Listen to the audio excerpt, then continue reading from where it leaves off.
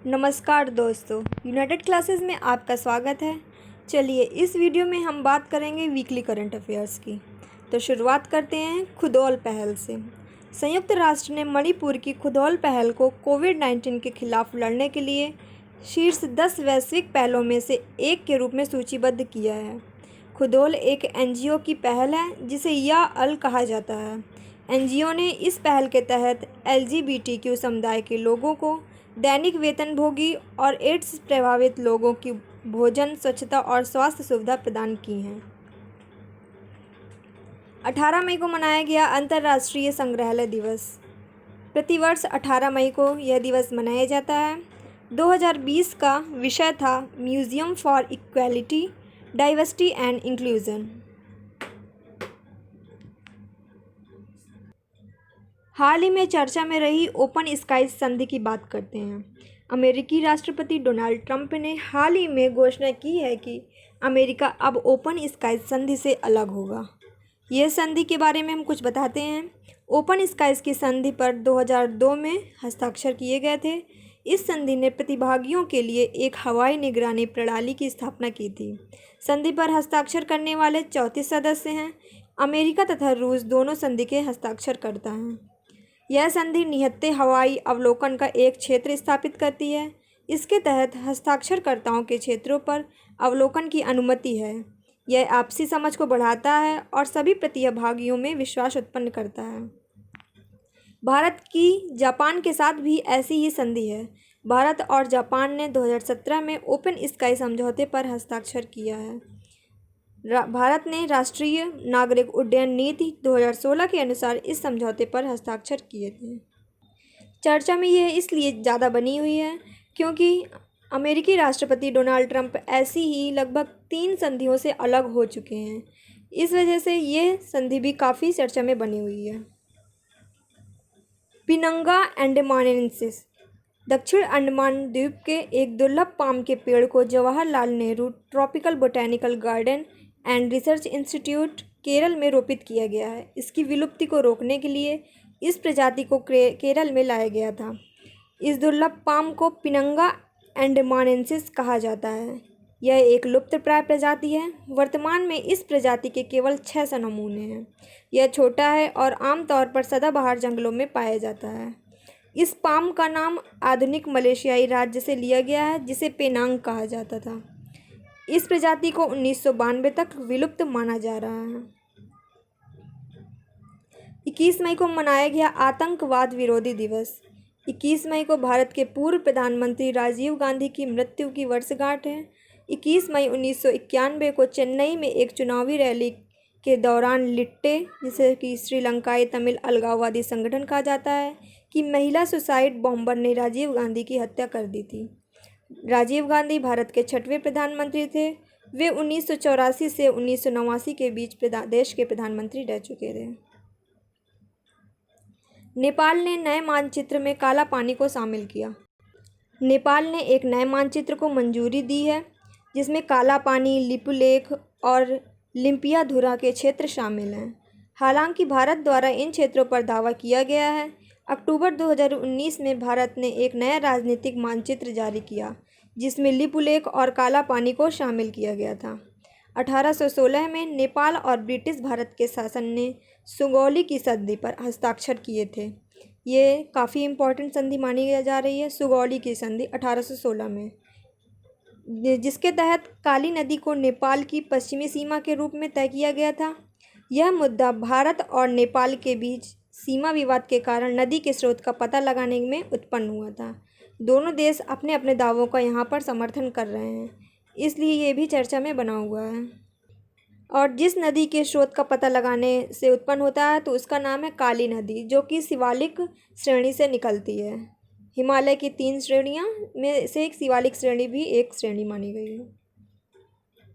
20 मई को मनाया गया विश्व मधुमक्खी दिवस। प्रतिवर्ष 20 मई को संयुक्त राष्ट्र द्वारा विश्व मधुमक्खी दिवस के रूप में मनाया जाता है। 2018 में इसकी शुरुआत हुई थी। विश्व मधुमक्खी दिवस को स्लोवेनियाई एपीकल्चर के क्षेत्र में बेहतरीन काम करने वाले एंटोन जानसा के जन्मदिन के उपलक्ष्य में मनाया जाता है। इस वर्ष इसकी थीम थी मधुमक्खियों को बचाओ। 21 मई को मनाया गया अंतर्राष्ट्रीय चाय दिवस। अंतर्राष्ट्रीय चाय दिवस 2005 से दुनिया के प्रमुख चाय उत्पादकों देशों Sri Lanka, Bharat, Indonesia, Vietnam, Bangladesh, Nepal, Kenya, Malaysia, Malawi, Uganda, Tanzania जैसे देशों में मनाया जा रहा है। इसका उद्देश्य वैश्विक चाय व्यापार के प्रभाव के बारे में नागरिकों और सरकारों का ध्यान आकर्षित करना है। चाय उत्पादन से निम्नलिखित लक्ष्यों को प्राप्त करने में मदद मिलती है। लक्ष्य 1, गरीबी को कम करना। लक्ष्य 2, भूख से लड़ने में सहायता। लक्ष्य 5, महिलाओं का सशक्तिकरण। लक्ष्य 15, स्थलीय पारिस्थितिकी प्रणालियों का सतत उपयोग। ये लक्ष्य सतत विकास लक्ष्य से संबंधित हैं और हम जैसे जानते हैं कि चीन सर्वाधिक चाय का उत्पादन करता देश है और दूसरे नंबर में हमारा भारत उत्पादन करता देश है। विश्व में सबसे ज़्यादा खपत चाय की भारत में ही होती है, जो कि लगभग 30% है। सुपर अर्थ। न्यूजीलैंड के वैज्ञानिकों ने सुपर अर्थ की खोज की है। इस ग्रह पर मानव जीवन के लिए आवश्यक परिस्थितियां मौजूद हैं। सुपर अर्थ उन चुनिंदा ग्रहों में से एक है जो पृथ्वी के आकार और परिक्रमा दूरी के समान है। इस ग्रह का मेज़बान तारा सूर्य का द्रव्यमान 10% है। यह ग्रह पृथ्वी से बड़ा है और इसलिए इसका नाम सुपर अर्थ रखा गया है। वैज्ञानिकों के अनुसार यह ग्रह ठंडा हो सकता है, इस कारण से पानी अपने तरल अवस्था में मौजूद नहीं हो सकता, लेकिन बर्फ़ के रूप में हो सकता है। इस ग्रह द्रव्यमान में भारी है। इसे तारों के चारों ओर घूमने में 617 दिन लग सकते हैं। वैज्ञानिक के अनुसार सुपर अर्थ भविष्य में गोल्डीलॉक्स जोन में हो सकता है।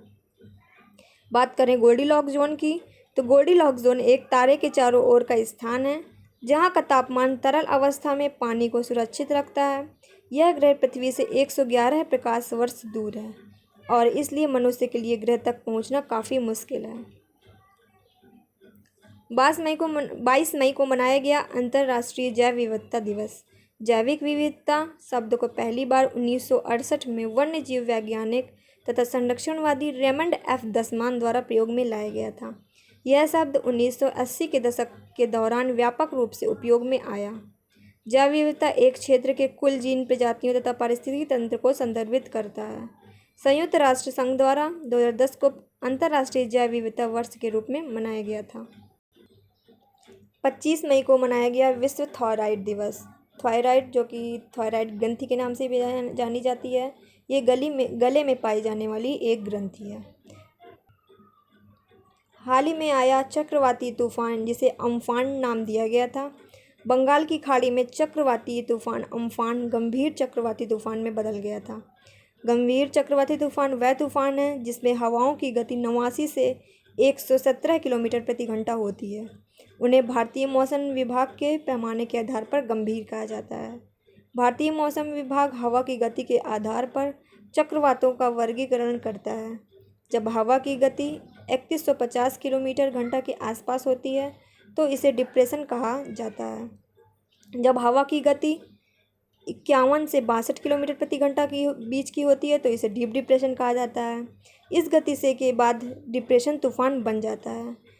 विभिन्न तूफानों की हवा की गति निम्न है, जैसे कि चक्रवाती तूफान, इसकी होती है गति 63 से 88 किलोमीटर प्रति घंटा। गंभीर चक्रवाती तूफान 89 से 117 किलोमीटर प्रति घंटा। बहुत गंभीर चक्रवाती तूफान 118 से 165 किलोमीटर प्रति घंटा। अत्यंत गंभीर चक्रवाती तूफान 166 से 220 किलोमीटर प्रति घंटा। और इसके बाद आता है सुपर साइक्लोनिक स्टॉर्म, जो कि 220 किलोमीटर प्रति घंटा से अधिक होता है। ज़्यादातर ये अम्फान चक्रवाती तूफान बंगाल की खाड़ी में ज़्यादा प्रभावी होते हैं अरब सागर की अपेक्षा, क्योंकि अरब सागर में पश्चिमी घाट की ऊंचाई इन तूफ़ानों के प्रभाव को कम कर देती है। इसी क्रम में हमारी ये वीडियो ख़त्म होती है। प्लीज़ हमारे चैनल को लाइक करिए, कमेंट करिए, वीडियो को शेयर करिए और ज़्यादा से ज़्यादा चैनल को सब्सक्राइब करिए। Thank you.